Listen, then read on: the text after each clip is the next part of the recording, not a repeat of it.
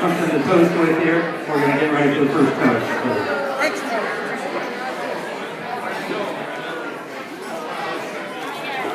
Did you say French toast? Oh, yes, it's French toast. There'll be nothing French going on anytime.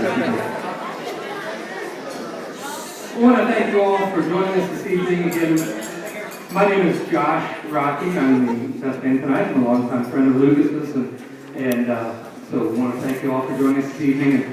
And a lot of you know Lucas and have known him for a long time, as I have. And one thing we do know about Lucas is that he's gotten around. By which I mean now, by which I mean he's got a lot of miles on him. Now, let me phrase that one more time. Let me try this one more time. All you got left. We know he's gone a lot of miles, right? In the nicest way possible. And he's traveled a lot. He's been all around the country, all around the world. Lived in Orlando, lived in Nashville and Pigeon Forge, and traveled all around the United States with touring productions in his career as a sound engineer. And then more recently on cruise ships on the high seas, from South Africa to Scandinavia, from South America to Alaska, from the Mediterranean to the Caribbean, and everywhere in between. He's done a lot of miles. In fact, we were talking last night, and we estimated it would be safe to say maybe even a couple 100,000 miles. By the time you factor in traveling by land and by sea and by air, that's a lot of miles.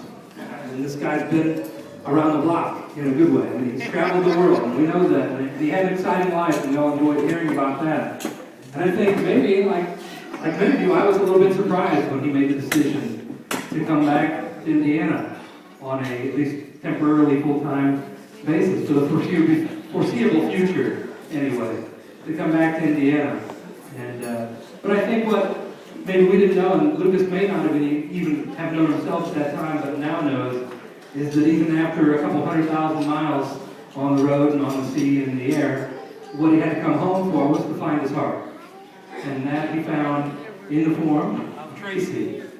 He found his heart all the way back here, from folks that he'd gone to high school with, and then had to go a couple 100,000 miles all around the world just to come back home to find Tracy. But what an amazing transformation. It's been a pleasure for me to see that. And, I had a front row seat for much of that while he was on my couch for a long time.